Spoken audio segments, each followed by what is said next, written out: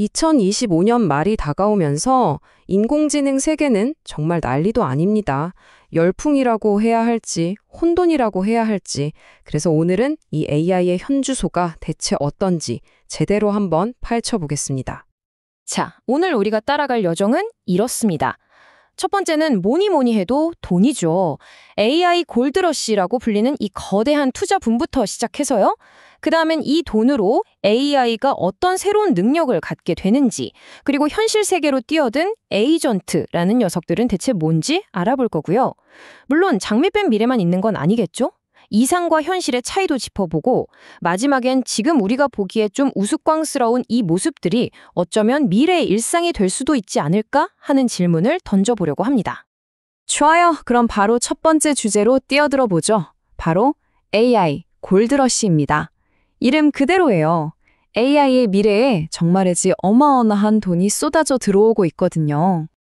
엔트로픽이라는 회사가요, 무려 5천억 달러. 이걸 우리 돈으로 환산하면 60조 원이 넘는 돈입니다. 상상이 가시나요? 이 천문학적인 돈을 미국의 AI 인프라에 쏟아붓겠다고 발표한 거죠. 그냥 발표만 한 게 아니라 텍사스랑 뉴욕에 맞춤형 데이터 센터를 짓고 이걸로 일자리가 수천 개나 생긴다고 하니 이건 정말 거대한 프로젝트라고 할 수밖에 없죠. 그럼 왜 이렇게까지 돈을 쓰는 걸까요? 엔트로픽의 CEO 다리오 아모데이가 그 이유를 명확하게 말해줬어요. 우리는 이제 과학적 발견을 앞당기고 예전에는 아예 풀 수 없었던 복잡한 문제들을 해결하는 AI에 거의 다 왔다고요. 그러니까 이 막대한 투자는 그냥 더 큰 모델 하나 만들자, 이게 끝이 아니라는 거죠. 이걸로 아예 과학의 새로운 문을 열겠다는 겁니다. 자, 그럼 이 어마어마한 투자가 구체적으로 뭘 가능하게 할까요? 그 핵심 중 하나가 바로 AI를 좀 덜, 획일적인 모습에서 벗어나게 만드는 겁니다. 훨씬 더 유용하게요. 바로 새로운 스킬이라는 개념을 통해서 말이죠. 여기서 말하는 스킬이 뭐냐면요. 쉽게 말해서 AI한테 특정 업무 매뉴얼을 하나 만들어주는 거예요. 맞춤형 워크플로우라고 하는데 비유하자면 AI한테 필요할 때마다 딱 꺼내 쓸 수 있는 비법 노트를 쥐어주는 거죠. 그러면 우리가 일일이 이거 해라 저거 해라 잔소리 안 해도 알아서 전문가처럼 일을 착착 처리하게 되는 겁니다.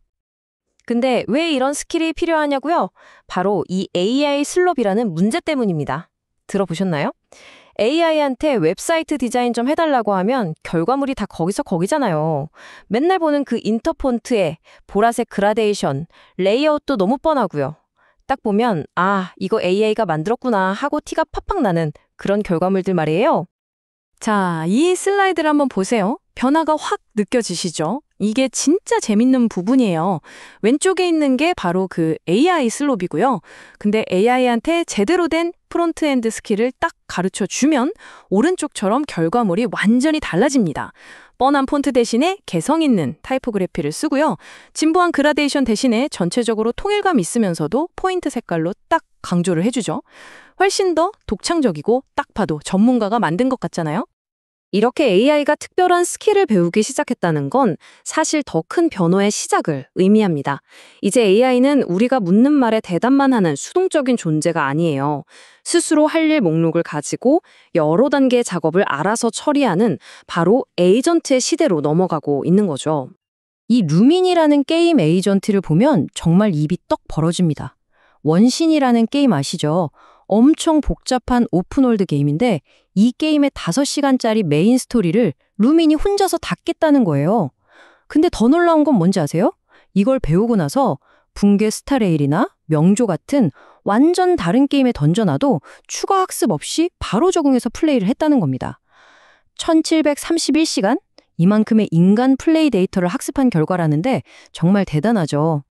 이건 또 완전히 다른 종류의 에이전트인데 개발자들을 위한 GPT 5.1입니다. 이 녀석의 특징은 적응형 추론이라는 건데요. 쉬운 일은 후딱 해치우고 어려운 일에 집중하는, 눈치가 빠른 거죠. 어려운 코딩 시험에서도 76.3%라는 엄청 높은 점수를 받았고요.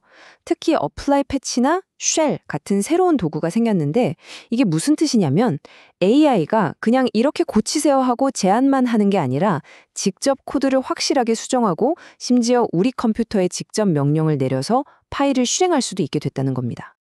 이게 얼마나 큰 변화인지 젯브레인즈의 AI 개발 책임자인 데니스 슈레아예프가 한 말에 딱 드러납니다. GPT-5.1은 그냥 또 다른 LLM이 아닙니다. 진짜 에이전트다운 제가 본 것 중에 가장 자율적인 모델입니다. 라고요.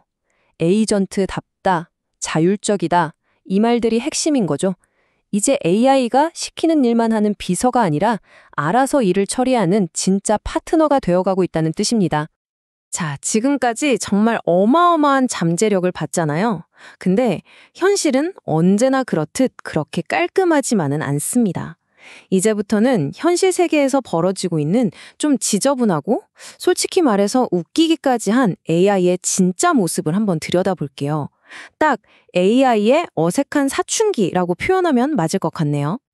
아니, 이렇게 똑똑하고 강력한 에이전트들이 나왔는데 그럼 이제 AI가 모든 복잡한 일을 실수 없이 완벽하게 처리하는 세상이 오는 건 뭐 그냥 시간 문제 아닐까요?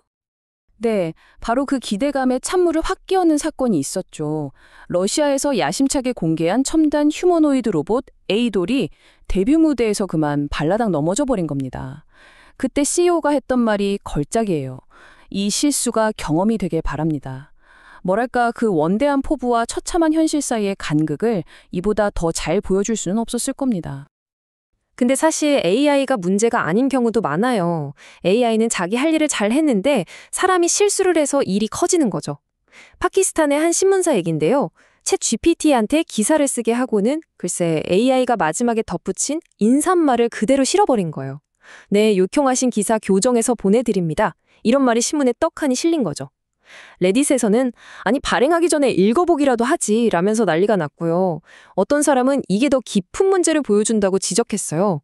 자기 일하기가 너무 귀찮아서 AI가 써준 결과물조차 읽어보기 싫다는 거 아니냐고요. 기술에 너무 의존하다 보니 기본적인 것조차 안 하게 되는 좀 씁쓸한 현실이죠. 자, 그럼 다시 한번 생각해 보죠. 이렇게 넘어지고 실수하는 이 어색한 모습들.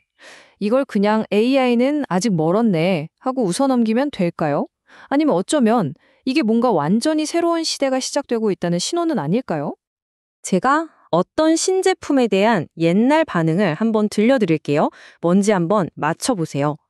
이거 완전 콩나물같이 생겼잖아요. 귀에서 툭하면 빠져서 잃어버리기 딱 좋겠네. 이런 말도 있었어요. 디자인이 너무 구려. 이럴 바엔 그냥 쓰던 유선 이어폰이나 계속 써야겠다. 네, 이게 바로 2016년에 애플이 처음 에어팟을 공개했을 때 사람들이 보였던 반응입니다. 그렇게 콩나물이라고 조롱받던 그 제품이 지금은 어떻죠? 지난 10년간 가장 성공하고 우리 일상을 바꿔놓은 기술 제품 중 하나가 됐잖아요. 그렇다면 다시 처음 질문으로 돌아와 보죠. 지금 우리가 보고 있는 AI의 이 어색한 모습들, 무대에서 넘어지는 로봇, 어이없는 복사 붙여넣기 실수 같은 것들 말이에요. 이게 과연 AI의 한계일까요? 아니면 에어팟이 처음 나왔을 때처럼 우리가 곧 완전히 새로운 일상을 맞이하게 될 거라는 바로 그 전조는 아닐까요?